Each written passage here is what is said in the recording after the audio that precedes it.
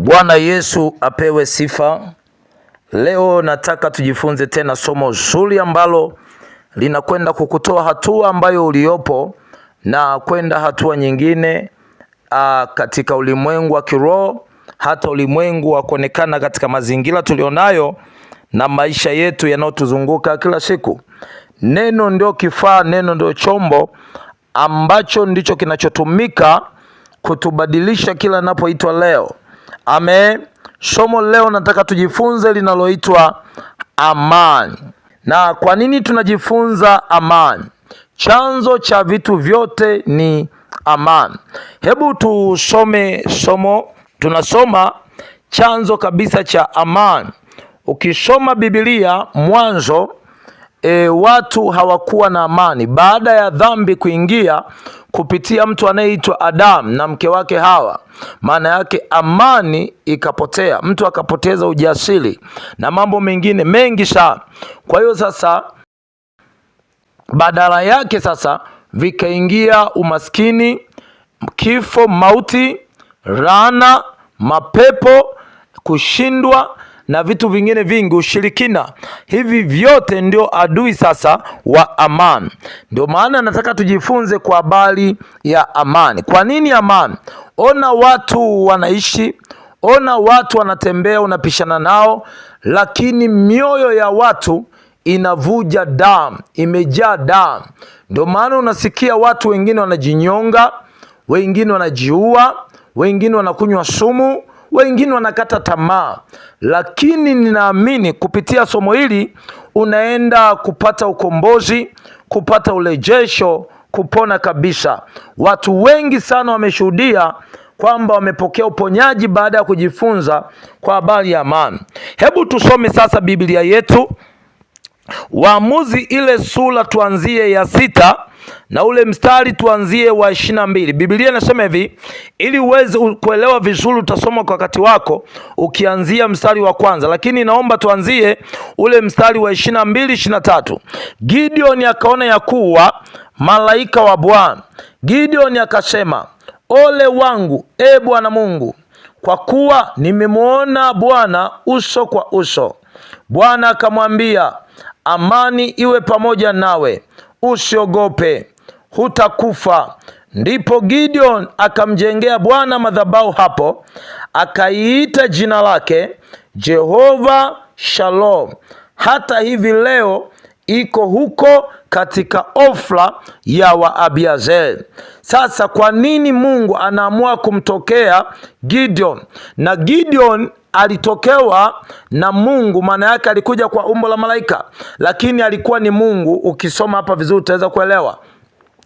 Alikuwa ni Mungu mwenyewe. Sasa anamtokea, anamwambia usiogope. Kwa nini usiogope? Maana yake walikuwa tayari wana changamoto za kimaisha. Ndio maana nikakwambia hebu pata muda, soma kwa wakati wako, uanzie sura ya kwanza, hata ikiwezekana kabisa uje mpaka. Walikuwa na changamoto ya kimaisha, walimwacha Mungu na kuwa wanaabudu miungu. Sasa na Mungu alichokifanya, wale maadui ndio wakapata nguvu. Ukisoma ule mstari wa kwanza, Biblia inasema hivi, kisha wana wa Israeli walifanya yaliyo maovu mbele za macho ya Bwana. Bwana akawatia mikononi mwa Midian muda wa miaka 7. Mkono wa Midian ulikuwa na nguvu juu ya Israeli. Tena kwa sababu ya Wamidian, wana wa Israeli walijifanyia hayo mashimo yaliyo milimani na hayo mapango na hizo ngome. Unaweza kuona kwamba kwa nini chanzo sasa. Kwa kifupi tu nimekupa chanzo. Maana walimwacha Mungu, sasa ndio wakakaa kwenye mashimo, kwa wakawa ni watu waliojaa mashaka, waliojaa wasiwasi, hawakuwa na amani tena. Sasa nataka nikuonyeshe kwa nini sasa hiki, baada ya kumwacha Mungu maadui wakapata nguvu. Hapa tunajifunza maana yake tunapokuwa mbali na Mungu, maadui zetu wanakuwa na nguvu. Maana yake mashetani, kifo, mauti, uchawi, ajali, mikosi, maana yake zinakuwa na nguvu kwenye maisha ya mtu. Hasa ndio maana sasa nataka tujifunze kwa habari ya amani. Malaika anamwambia usiogope. Kwa nini usiogope? Katikati ya hofu kubwa anaambiwa no, usiogope, amani iwe kwako.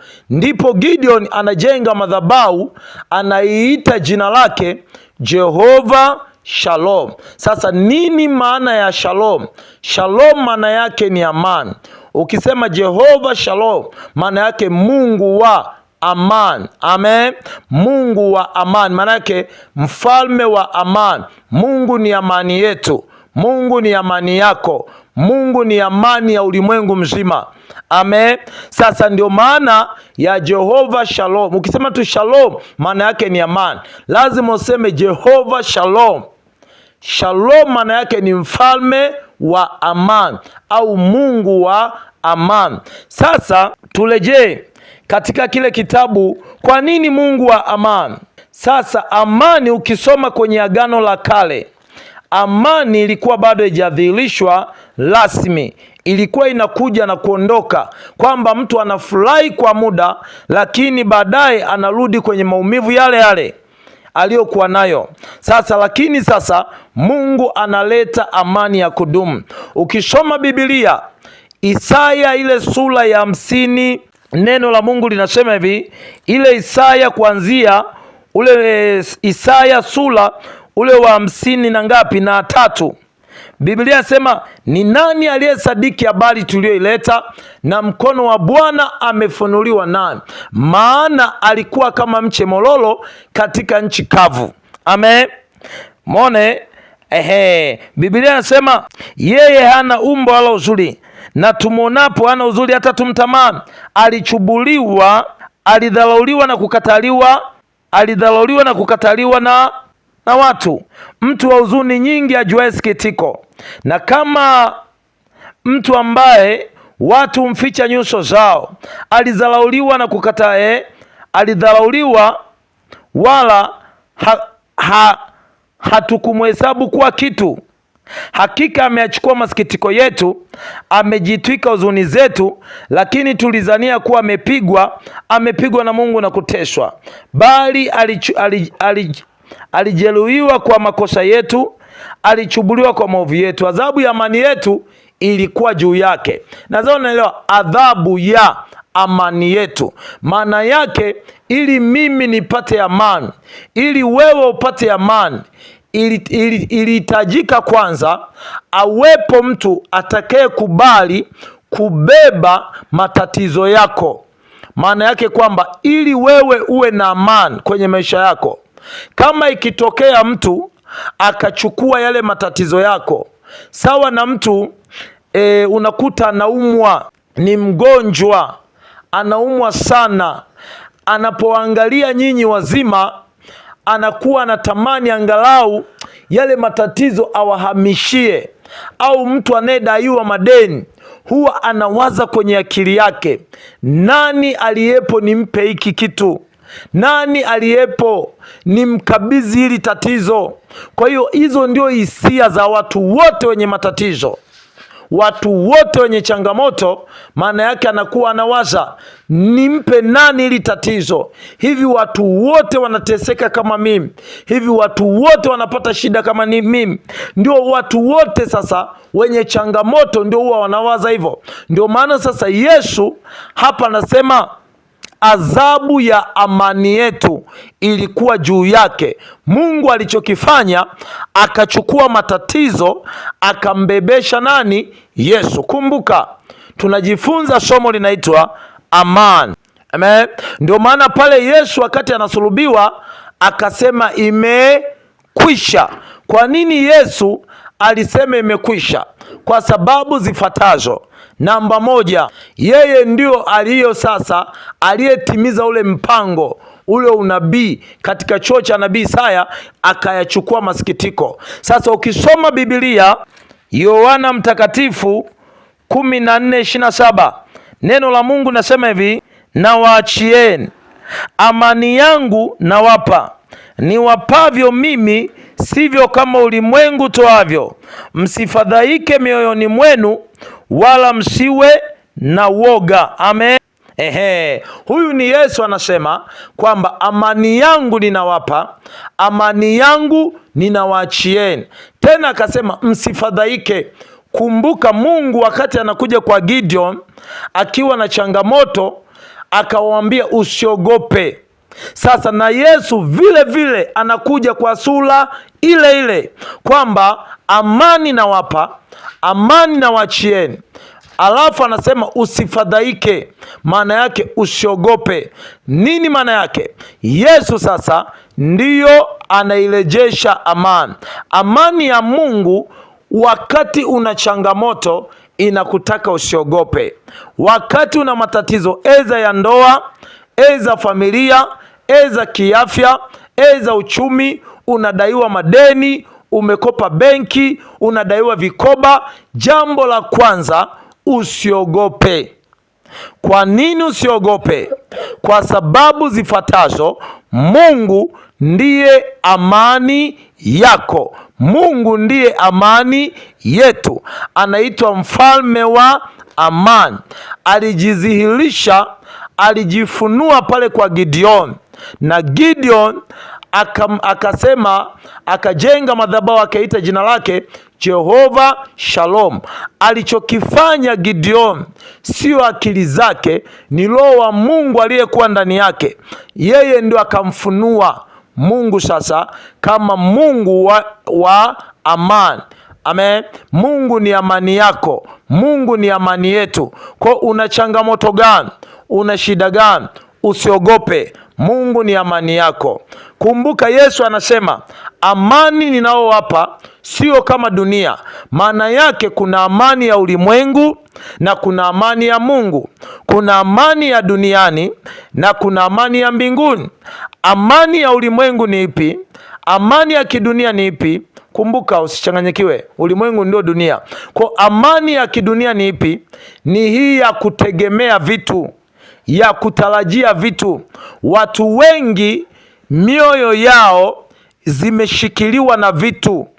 Hiyo namba moja. Jambo la pili, amani ya kidunia ni ya matarajio, kwamba mtu anatarajiwa, mimi nimepanga kuolewa na yule kaka, nimepanga kuoa yule dada, mke wangu nataka awe na makalio, mke wangu nataka awe mrefu au mweupe au mweusi. Hayo yote ni matarajio.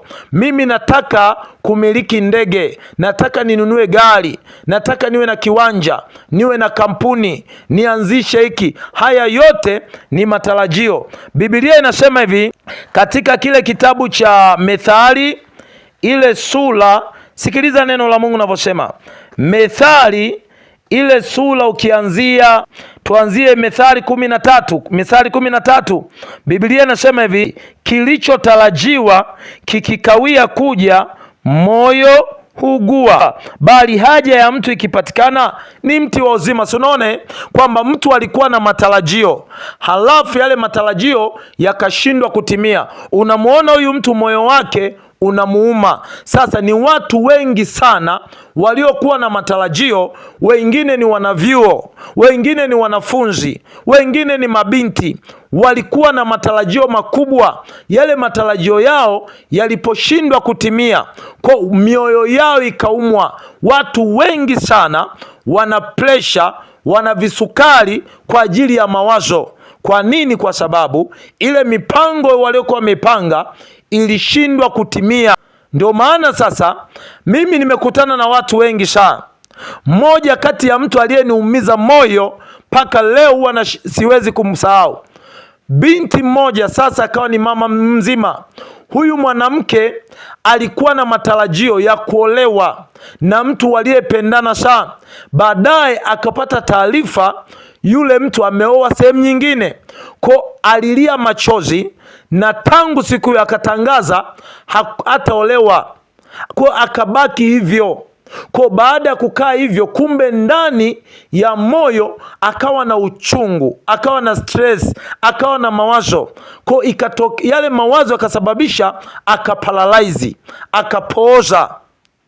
Muone kwa nini? Chanzo kilikuwa ni nini? Yale matarajio. Ndio maana Biblia inatuambia hivi, neno la Mungu nasema hivi, wenye haki wangu wataishi kwa imani, wakisitasita roho yangu haina furaha nao. Mungu anatuagiza tuishi kwa imani, sio kwa kutarajia, sio kwa kutegemea vitu, sio kwa kutarajia watu. Kwa imani. Nini maana ya imani? Imani ni roho ya Mungu, imani ni neno la Mungu. Maana yake moyo wako, akili yako uiwekeze kwenye neno. Neno, kumbuka, ni sauti ya Mungu, ni mawazo ya Mungu, ni akili ya Mungu. Hii ndio itakayoyaongoza maisha yako. Maana yake sasa, ile ndio sasa unakuwa na amani kwenye moyo. Amen. Kwa amani inapoondoka kwenye moyo ni jambo la hatari. Kwa usiweke, tunaishi kwa imani. Imani maana yake hata kama hujapata, mfanyabiashara hujauza, binti hujaolewa, kijana hujaoa, mwanafunzi umemaliza chuo hujaajiriwa, unapokuwa na imani katika Kristo Yesu utasikia ndani yako amani. Lakini ukiwa na matarajio utaumia moyo, utavunjika moyo, utaparalyze, utakufa mapema. Sasa hebu tuangalie kazi ya amani. Amani inafanya kazi gani kwenye maisha ya mtu? Kwenye maisha ya mtu, kumbuka, usisahau, tumejifunza amani ya Mungu na amani ya kidunia. Amani ya Mungu ni neno lake, ni neno, na wapeni amani na wacheni amani. Amen.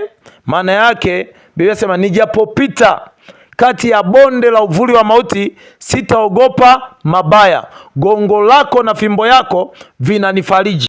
Nini maana ya gongo na nini maana ya fimbo? Fimbo ni neno, gongo ni neno. Amen. Sasa hivi ndio vinaleta faraja. Sasa vinaletaje faraja? Amani ya Mungu, hata unapopita kwenye matatizo utasikia amani. Una madeni utasikia amani. Amani ya dunia, ukikutana na changamoto ndio unasikia fulani amekufa na pressure, fulani anashindwa kulala usiku, fulani amezimia. Kwa nini? Fulani amevimba miguu, fulani. Unaone kwa ajili gani? Mawazo. Hebu tuone kazi ya amani. Wafilipi sura ya 4 na mstari wa 7. Biblia inasema hivi, na amani ya Mungu ipitayo akili zote itawahifadhi mioyo yenu. Na amani ya Mungu imepita akili moja za kibinadamu, 2 za dunia hii, akili za biology, akili za physics, akili za wafalme. Imepita. Amani ya Mungu ipitayo akili zote itawahifadhi mioyo yenu. Kumbe amani ya Mungu sasa kazi yake ni nini? Moja, kukuhifadhi moyo. Kwa nini moyo? Kwa nini siwe biashara zako, elimu yako, watoto wako, mke wako mzuri, mume wako mzuri, ndoa yako? Kwa nini moyo? Manake moyo ndio injini, moyo ndio uzima wako. Amen. Biblia inasema maandalio ya moyo ni ya mwanadamu, bali jawabu la ulimi hutoka kwa Bwana. Sasa moyo, kwa nini moyo ndio engine? Maanake moyo ukiharibika na mambo mengine yanaharibika. Na kinachoharibu moyo ni nini? Ni mawazo, mauchungu, mastresi. Ukisoma Biblia, neno la Mungu nasema, Methali sura ya 14 na ule mstari ukianzia wa 30, neno la Mungu nasema hivi, moyo ulio mzima ni uhai wa mwili, bali usuda ni ubovu wa mifupa. Unaona, moyo ulio mzima ni uhai wa mwili. Kumbe moyo ukiharibika na mambo mengine yanaharibika. Kama ulikuwa na biashara inakufa, kama ndoa inasambaratika, kama afya inaanza kuwa goigoi. Mone, moyo ulio mzima ni uhai wa mwili. Manake moyo ndio engine. Kwa nini ni engine? Vitu vyote vinaanzia kwenye moyo. Mtu anapokufa anaanzia kufia wapi? Kwenye moyo. Mtu anaposhindwa anaanza kushindiwa wapi? Kwenye moyo. Mtu anapokata tamaa anaanza kukatia tamaa wapi? Kwenye moyo. Mona, ndoa inapoanza kusambaratika inasambaratikia wapi? Kwenye moyo. Umaskini wapi? Kwenye moyo. Biblia inasema mtu aonavyo nafsini mwake ndivyo alivyo. Mtu unaanza kujiona maskini wapi? Kwenye moyo. Unaanza kujiona unakufa wapi? Kwenye moyo. Mtu anaposema mimi nakufa, hasemi tu kama maneno, ameanza kuona kwenye moyo. Mone? Sasa ndio maana sasa Biblia inasema hivi kwenye kitabu cha Methali sura ya 4 na ule mstari tukianzia wa 20. Neno la Mungu nasema hivi, Methali 4, Biblia inasema hivi, linda moyo 23, linda moyo kuliko yote uyalindayo, maana ndiko zitokako chemichemi za uzima. Kwa nini nilinde moyo? Na nisipoulinda inakuwaje? Manake moyo huu unaua. Yeremia sura ya 17 na ule mstari wa 9. Neno la Mungu nasema hivi, Yeremia 17 ule mstari wa 9. Neno la Mungu nasema hivi, moyo huwa mdanganyifu kuliko vitu vyote, una ugonjwa wa kufisha, nani awezaye kujua? Mone, kumbe kazi ya moyo ni kuua. Nini maana ya kufisha? Kufisha maana yake ni kuua. Sasa moyo unauaje? Kwa njia ya mauchungu, kwa njia ya mastresi. Umekopa hela, unadaiwa, sijui. Sasa ule uchungu, kwa hiyo ndio sasa unaanza kutengeneza sumu. Uchungu, mawazo sio mabaya, ila kuna mawazo yale makali, mawazo ya kuuma moyo. Sasa yale mawazo ndio huwa yanatengeneza gesi tumboni, madonda ya tumbo, halafu yanasababisha mgongo kuuma. Unaweza kusikia vichome kwenye mwili wako. Unaweza kusikia kama unadungwa sindano kwenye mwili, au wakati mwingine miguu inaweza kuanza kuvimba, kichwa kuuma muda wote, kupoteza kumbukumbu, kuanza kuota ndoto za watu wanakukimbiza, watu wanakuja kukubeba, watu waliokufa. Hizo ndizo ndoto za watu wenye mastress. Sasa ndio maana tunajifunza linda sana moyo. Sasa moyo unaulindaje? Kwa njia ya amani. Unapokuwa na amani kwenye moyo unakuwa salama. Amen. Sasa hiyo amani tunaipataje?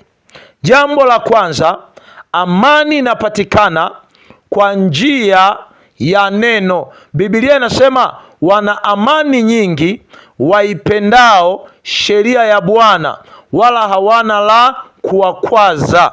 Moja, unapopenda neno, unapolifurahia neno, unapolitamani neno, wana amani nyingi waipendao sheria ya Bwana, hawana la kuwakwaza. Moja, hakuna kitu kitakachokukwaza, kitakachokuondolea amani.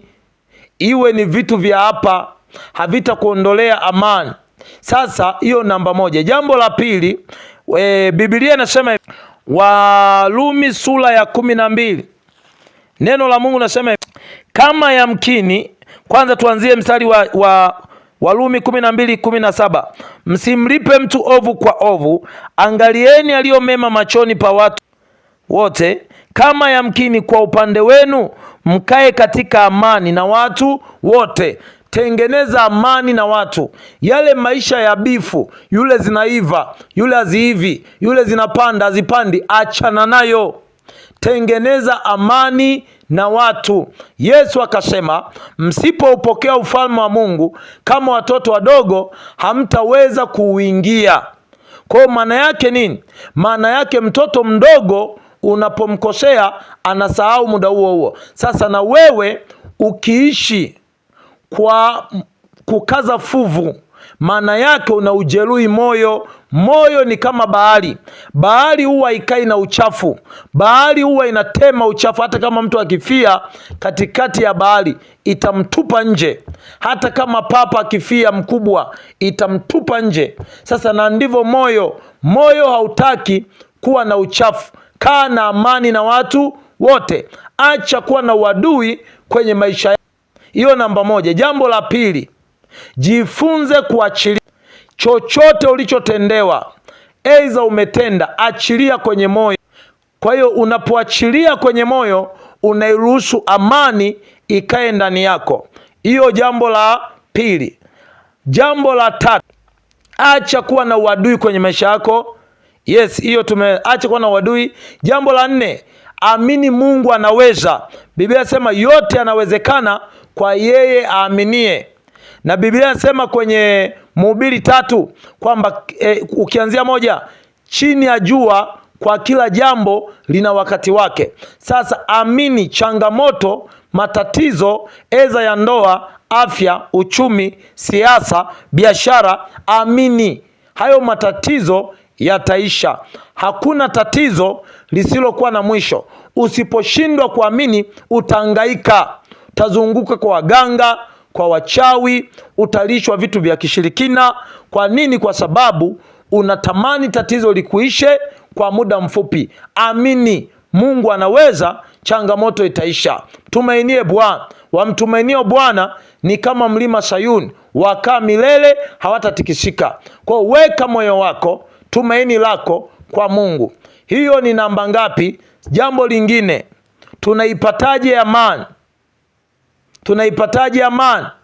Samehe waliokutendea mabaya, uliowatendea wasamehe, na wewe ukiwepo jisamehe. Kwa unapofanya vile sasa, unaipata amani ya kutosha. Fanya ibada, mfanyie Mungu ibada. Kwa hiyo yote ni njia za kupata wewe amani. Jambo lingine, hata kama unadaiwa, umekopa hela, ndoa haieleweki, ruhusu amani kwenye moyo. Amani ndio kila kitu. Usiweke moyo wako kwenye vitu. Wale washabiki wa timu ya Simba na timu ya Yanga, usiweke moyo wako kwenye Yanga, kwenye Simba. Weka kwa Mungu. Kwa macho yangu nilimuona mtu akianguka, akazimia, halafu na miguu akaanza kutupa. Kwa nini? Kwa sababu ya matokeo. Na nimesikia kwa masikio yangu taarifa nyingi, watu wamekufa, wengine wamefia kwenye mabanda wakishangilia. Unaona, halafu mioyo inashtuka. Kwa nini? Kwa sababu mioyo yao ipo kwenye vitu. Kuna watu wengi wamepoteza maisha kwa kamari. Maana yake walikuwa na matumaini, wakaweka pesa nyingi kwenye kamari kwamba wanaenda kula hela nyingi, baadaye ikashindikana. Kwa hiyo sasa mioyo ikashtuka, wengine wamepoteza maisha. Kwa hiyo weka moyo wako kwa Mungu. Wale wenye mahusiano walikuwa wamependa wanaume, wamependa wanawake, wakaachwa, wakavunjika mioyo, wakapata matatizo ya akili. Hapana, usiweke moyo wako kwenye vitu. Weka moyo wako kwa Mungu. Amen. Amani ni tunda la Roho. Amani, ukiwa na amani, mambo mengine yataenda. Kwa hiyo itafute amani. Amen. Mche Bwana, fanye Mungu ibada. Mungu ndio awe amani yako, sio vitu. Ndoa nyingi zimekufa kwa sababu ya vitu.